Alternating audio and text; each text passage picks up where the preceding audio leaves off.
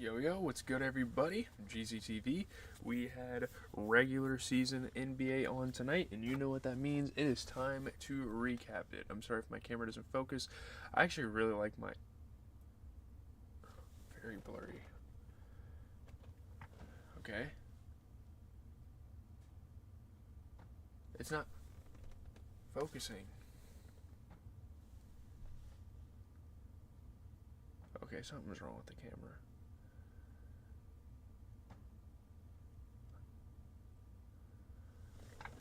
I'm blurry as hell. What? There's something in the camera lens that's like fucking it up. Hold up. Alright, bro. We're just gonna have to roll with blurry GZTV. Why is it doing that shit, bro? That's pissing me off. It's not focusing, bro. Focus. I have a cord in my hand. Focus on the cord. I don't know what the fuck is going on. This shit's gonna make me mad.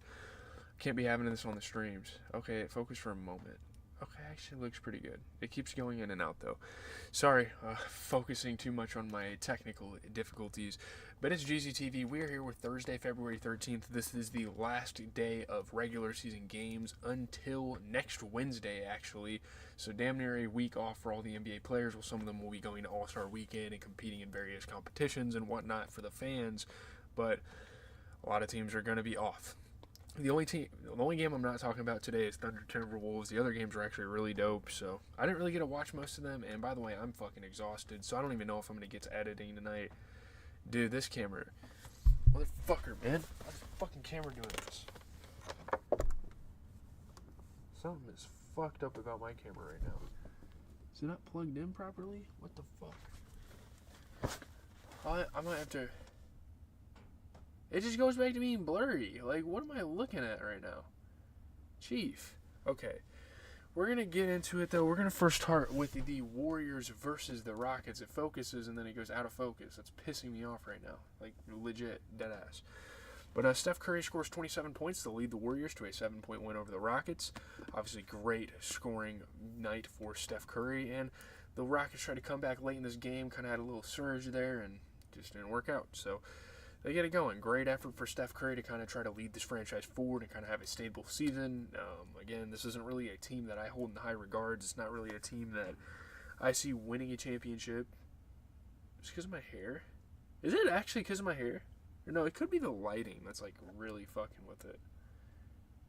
Okay. I don't know what. I left my hair and it's fixed. Why is it doing that? I think it's too bright in here. This is the convenience of streaming, is that it doesn't really matter. I think the lighting fixed it, but yeah, man, I think it's like hitting my face kind of weird, but great job by Steph Curry. Obviously, Jimmy Butler had a solid scoring night as well. You know, again, being the complimentary piece for Steph Curry is kind of the purpose of that whole trade. Good game here, though. Aaron Holiday was hitting tough shots all game. You know, Amen Thompson using his athleticism, continuing to have a solid sophomore season. Honestly, a borderline most improved worthy. I'm not going to get that far yet. I think maybe his third year he could win it, but there we go. Looking at the Warriors, yeah, man, 27 points for Steph Curry, and that's really all they needed to win this game, so that's nice to see. He has pretty solid supporting pieces around him now. You look at the Rockets, 25 points for Aaron Holiday, 50% shooting, really dope stuff. 10 points, 13 rebounds for Alperen Sengun. Not a great game. Honestly, not a great game for Amen Thompson. Like, I know he had a couple good plays this game, but not a great game for him. You have your Cam Whitmores and your Jeff Greens, Jacques Mondales, and you have all sorts of guys off the bench. Or even trying out a guy like Nate Williams kind of coming off the bench. But not a great game for Amen Thompson. You kind of expect a little more from him, especially with the production we've been seeing from him in his sophomore season. So moving on here, we're going to get into the Kings and the Pelicans. I don't even know how any team in the NBA at this point just loses the Pelicans. I know they have Zion out there, but seriously. CJ McCollum scores 43 points to lift the Pelicans over the Kings by 7 in overtime. Insane second half, insane scoring night for CJ McCollum. Just kind of one of those vintage performances that you saw out of him kind of in his early days in New Orleans when they were actually making play-in tournaments. And okay, something's going on with this camera. I don't know why it's doing that shit. It's pissing me off. Is it because of this? It actually might be because of my mic, like lighting up and stuff.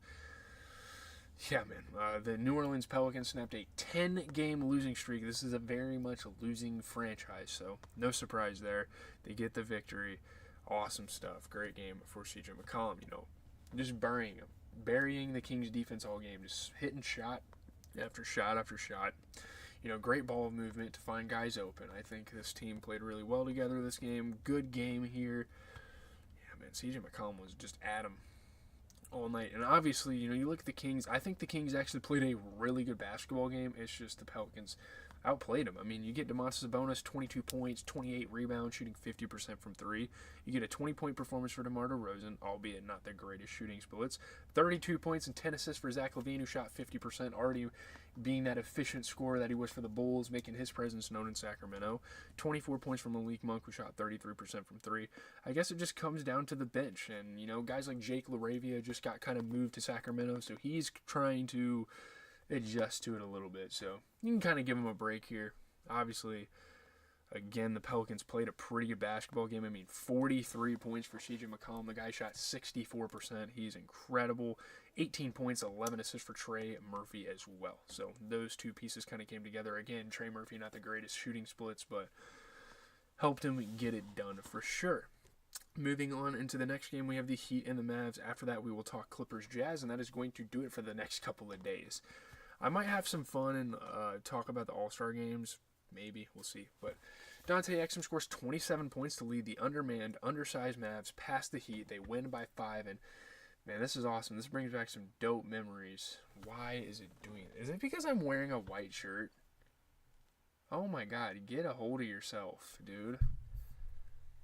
I don't know what's happening. This camera's pissing me the fuck off right now. But, yeah, this kind of brings me back to Dante Exum having, great games for the Mavs. And this was one of the best games we've seen from Dante Exum all year, kind of damn near one of the best games I've seen him have in his career, seriously. It's awesome. He's kind of getting integrated here ever since the loss of Luka. I think, obviously, he's no Luka. What is going on with my camera? Hello, I'm over here. Stop focusing on other shit. I think the lighting is just too much. Hold on. No, my camera just sucks ass. It's fucking broken. What the fuck? What is going on with this damn camera? Oh my God, please, for the love of God.